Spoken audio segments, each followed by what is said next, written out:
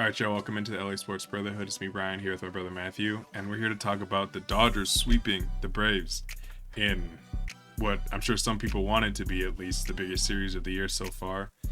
We got some great pitching performances, got some really great hitting performances, and like legit standout single game performances.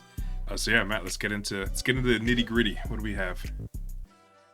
Yeah, really big series. The Braves are other best team in the league right now, and game one, Gavin Stowe took the bump for us, and he absolutely showed out. That was to me the most impressive start of the year for him. I know he's had great starts, but just the fact that it was against them, and not only just like the Braves are a great lineup, so he pitched well against the Braves, but more specifically, they are very aggressive on the first pitch and with a guy who kind of struggles to get the third, fourth pitch, mainly a two pitch guy Stone is, for him to have that kind of success against a team that's so aggressive, and with guys like Olson, Ozuna that could just crush a first pitch fastball.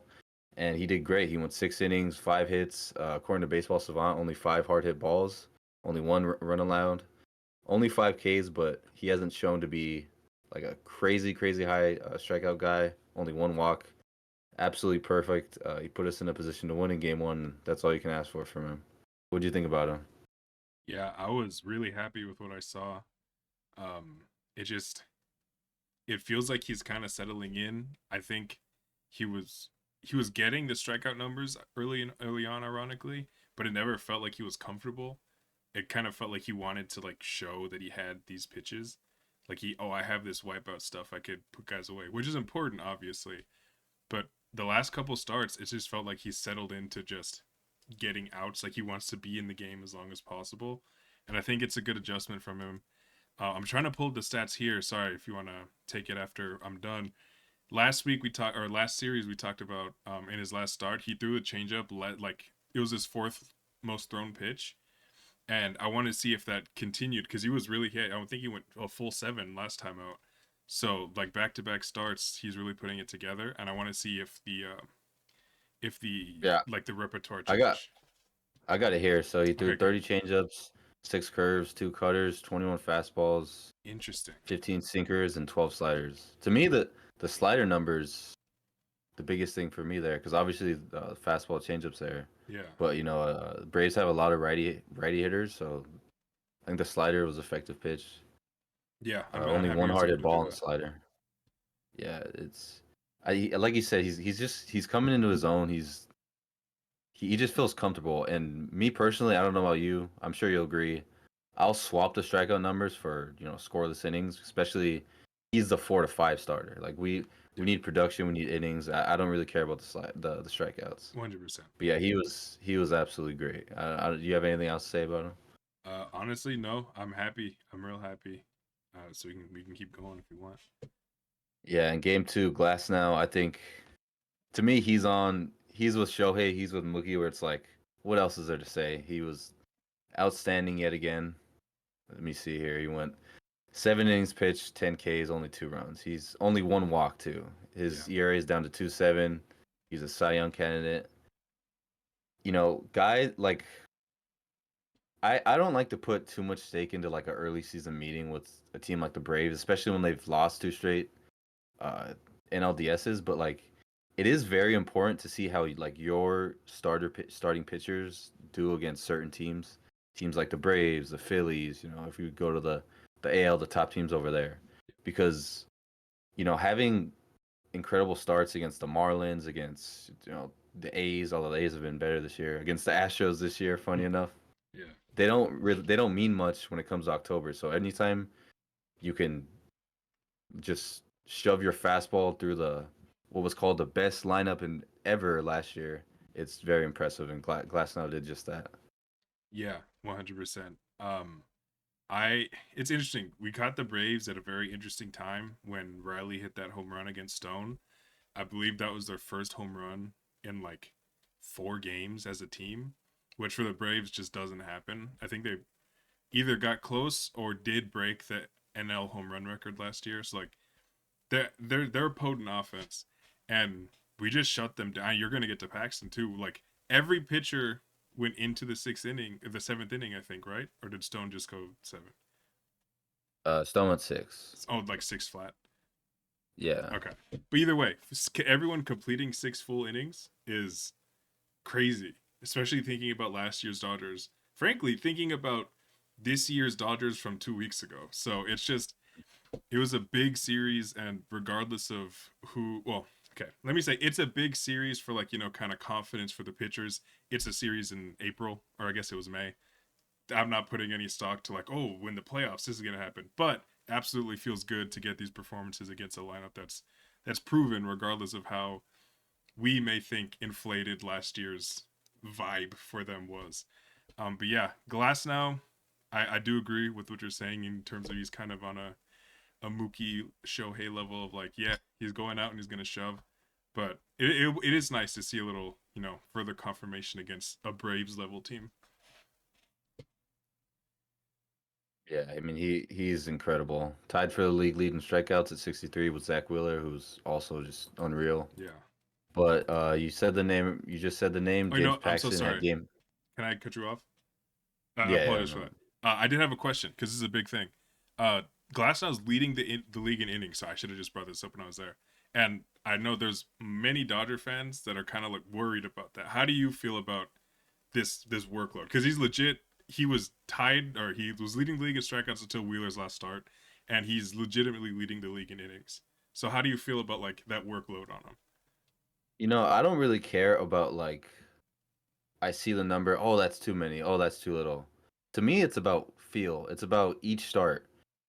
When you're in October, him when he's at 70 pitches in 7 innings, you're like, "You know what? Let's save him an extra inning."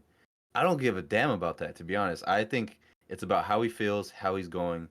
Each game is its own thing. You don't set like a parameter of like, okay, once it gets 75, no, that's it. So unless we're stretching him, like I did have a complaint that when he had the cramp or whatever, even if that didn't happen, I think he shouldn't have went that extra inning. Yeah.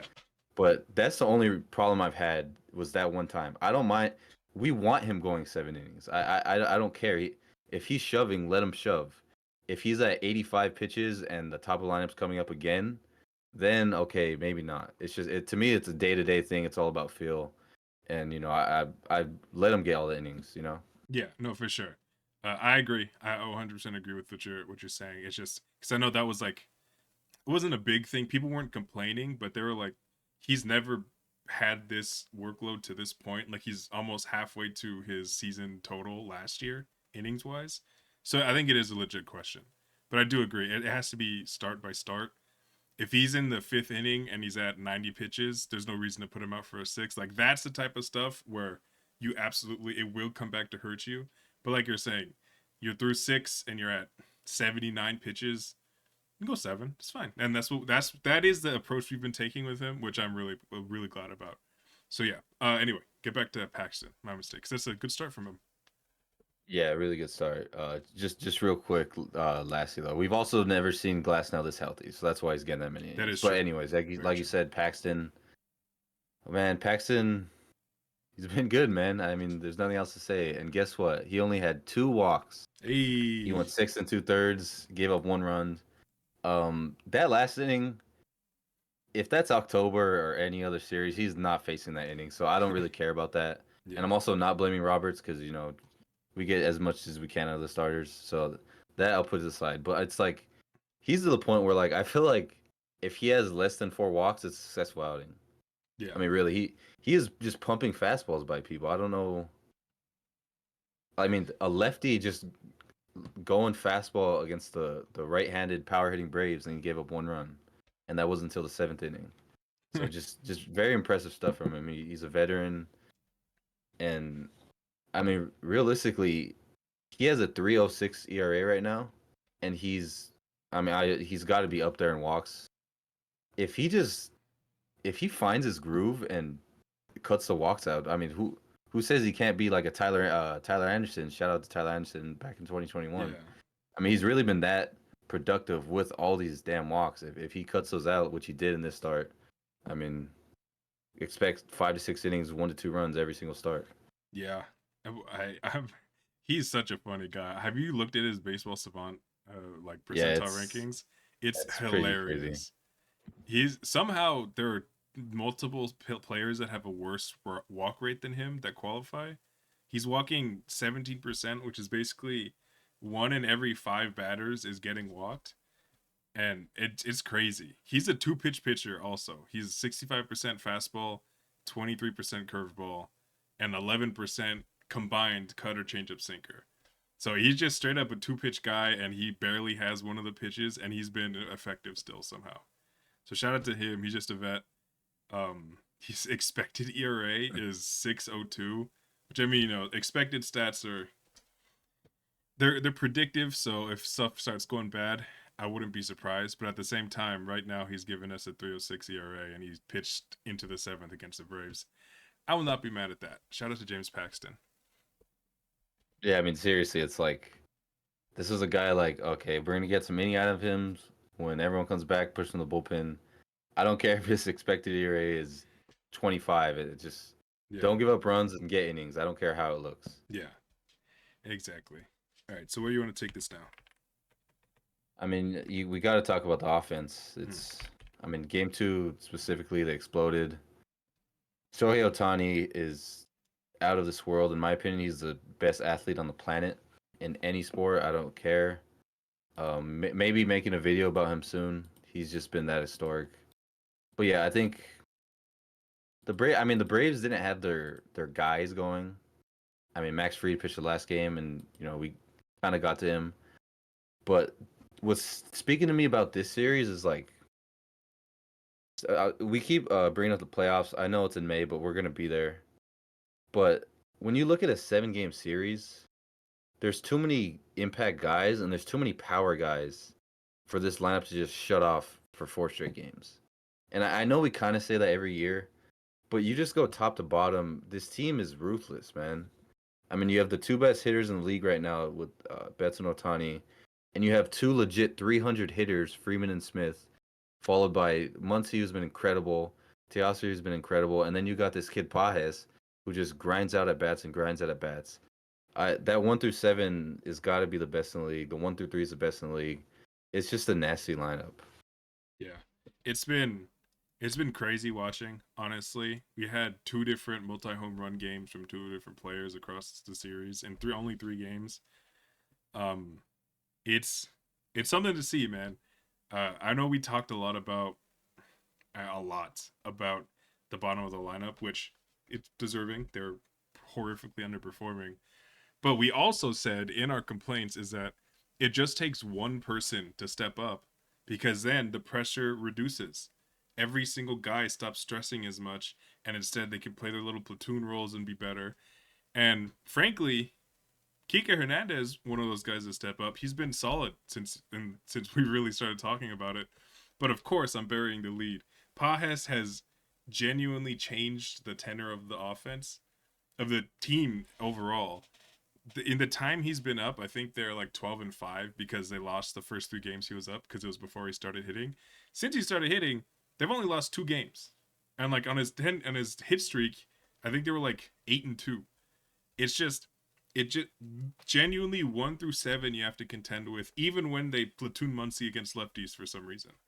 It's crazy. I have a stat actually I want to talk about, and this is not specifically just Pages, but it's certainly a big part of it. Where is it? Oh, I just had it too. It was talking about the 7, 8, 9 hitters. They just talked about this. This was game 2. Yeah, game 2 of the Braves Dodgers series, of this series. The last 10 games, and this is not including game 3 and also this game where Pages got another hit, and Lux actually got a hit, and Outman hit a home run today as we're recording this. So there's a lot going on. But the last 10 games, 7, 8, 9 hitters, 292 average, 10 extra base hits, 17 RBI, 753 OPS.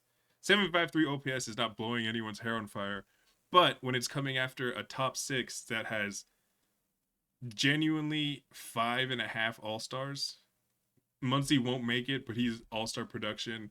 Teoscar has like kind of an outside chance because Loki in outfield not looking great if he like gets hot, and at the very least high level to elite production for 6 whole spots, and then you get to the 7, 8, 9 and they're just solid. And by the way, Pages is way more than solid. He's all-star level production as well. But just like blending them all together, it's just, and we've seen the results. The offense has been unbelievable. This is their third or fourth double-digit outburst in the last 10 games. They're going stupid, and it's wonderful to see. Yeah, I mean you can clearly see a trend between the bottom of the lineup and this recent win streak, this recent stretch where we've been so hot. And Pius is the main factor, but I'm glad you pointed out Kike. If he can just be average against lefties, Lux has actually been doing a lot better. Rojas' production's been pretty good actually for Miguel Rojas. The only not the only negative thing I say is I'm so sick of the third game Muncy and Smith sitting. That can't happen, man. How many times are we gonna do that? Muncy is an everyday player. He's been incredible. Smith obviously has been incredible. I know you got to get Smith some rest days. You have to, but don't do it on the same day when Muncy's sitting or Freddie or any of these other. I mean, Freddie never seats. I don't know why he said his name, but don't put our 4 and 5 hitters sitting at the same time against the Braves ace. I think it almost felt like the Dodgers planned to lose that game. Okay, they got their ace going.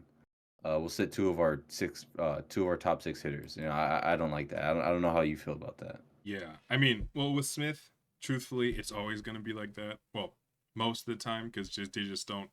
No team likes to play catchers the day game after a night game, so I understand that.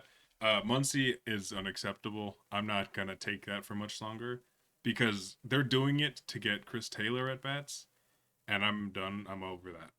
I mean, Edge done, and I think he's Chris Taylor is gonna be saved again because James Outman is probably going to be the one sent down when Hayward comes back because he has options. And I mean, it is the smart roster building thing to do to not get rid of, like, DFA somebody when you have someone that's struggling and has options. You can just send them down. But they're going to keep trying to keep Taylor relevant when I just don't see the need for it, especially because Pajes is here and he's righty. He's a righty that kills. And he's a center fielder, so you don't need to worry about that platoon anymore. I don't. It's just it. Rojas is hitting better than him. Austin Barnes is hitting better than him. It just there's no need for Chris Taylor to keep being fed these at bats because again, ultimately that is who they're getting. They're replacing Muncy for because Kike is going to um play against lefties no matter what. He's playing for Outman essentially because Baez is every day. So Chris Taylor coming in is it's just for Muncy, and I'm not doing that anymore. I don't like seeing after he has 3 home runs, he has a scheduled off day because Max Fried's pitching. That's just not. I'm not liking that.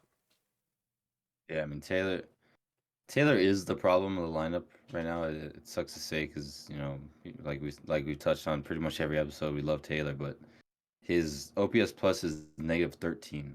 For God's sake, he's hitting under 100. His OPS is like lower than half the freaking roster, half the roster's average, or half the starting lineup's average. Yeah, It's really bad. He has to go. Sending down Outman like you said, that would be so stupid. Taylor can't be on this team anymore. I'm sorry, unless he somehow figures it out. But I mean, we're talking a guy. Even when he's at his best, he's a high strikeout guy. yeah, yeah. I don't know. Also, just before we get off this bottom of the lineup point, I mentioned it loosely. I didn't have the actual numbers. Since the beginning of Teoscar's hitting streak, they are 11-2.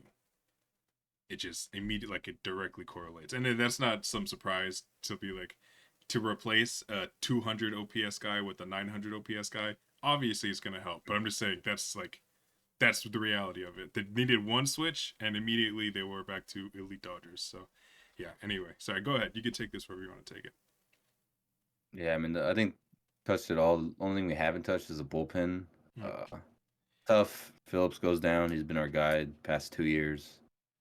Yeah. But Trinan comes back. Trinan looked great. He threw a couple of just disgusting pitches that remind you of Trinan. The velo's a little bit down, but the stuff's still there. I think he's gonna be one of the guys. But it really sucks losing Phillips. We're already down Bruzdar. We lost Brazier. It's Yeah. And might then be tough. We're gonna ride Trinan pretty hard for the first after pitching for the first time in like 2 years. So yeah. that's the one area of concern. Just straight injuries. Yeah. That's not. It's not great, honestly. Um, they don't even have Landon Knack is probably gonna come back up at some point. The only thing is that they're probably just gonna send down or IL a different reliever. So yeah, honestly, bullpen's in shambles right now. Thank God, guys like Vesia have started to kind of step up a little bit. I was gonna say guys like Joe Kelly, but no, he's also on the IL now. So we're missing Yeah. Kelly. We're missing of guys that have just pitched. Kelly, we're missing Phillips, the most important one, and we're missing Brazier, who's been horrible, but he's still a guy that can throw. And then that's obviously not including Bruzdar and the other guys that would be like long relief guys. So it's gonna be real makeshift, and honestly, that's an even bigger reason why getting every pitcher through the sixth and having two pitchers get outs in the seventh inning was so massive this series, and we're gonna need that as much as possible. Yamamoto's next start. Gotta have you going seven, brother. Gotta have you throw a pitch in the seventh. It's gotta as few relief pitchers as possible. That's what's gonna happen. Yeah. So But I mean, yeah, if your bullpen's gonna be in shambles, if your lineup's putting 5+ a game, your stars are going 6 to 7. That's yeah. good enough. You know, Huddy. I think Huddy and Trinan could hold down like the back end innings, and Yarbrough's been freaking incredible. Shout out to Yeah, Yarbrough. bro. And Vesio's finally got together. Grove, either awful or good. It's that's the state of the bullpen right now. The life of a reliever. But yeah, good shout out. Yeah, truly the lineup has been the most valuable entity on the team, and it will continue to be. And frankly, it's just getting better. Some of the bottom guys are rounding up into shape. Super small sample size, and it's in a pure platoon. But on the broadcast today, they said Gavin Lux hitting 300 in his last 6 games. All three of them guarantee that OPS is 600 because he's hitting no walks. He's getting three singles. He's getting three singles, and that's it. But I don't care. I'll take 300. I'll take a little slap hitter, Gavin Lux. Just stay alive. He got on base for the Outman home run today. We're obviously, as you can tell, we're recording the day after the last game against the Braves. But yeah, it's just stuff is rounding into shape a little bit, and I'm looking at their next opponents. Obviously, Marlins series already started. Then you get the Padres and Giants, and then the Reds. None of those teams are bad, but none of those teams are good. So we have a real potential to be on a really nice roll. We would have like that would be 2 losses in the last I don't know however many games, and we can keep building. And I think that's what we're gonna see. So yeah, huge statement for the season in the sweep against the Braves. Not statement against the team because that doesn't happen in my. But the vibes are really as good as we possibly can have it, especially considering the 2-8 homestand or whatever the hell that was. That's long in the rearview mirror at this point, and I think the Dodgers are just going to keep rolling. So yeah, thanks so much for watching. We'll be back some more soon. Peace.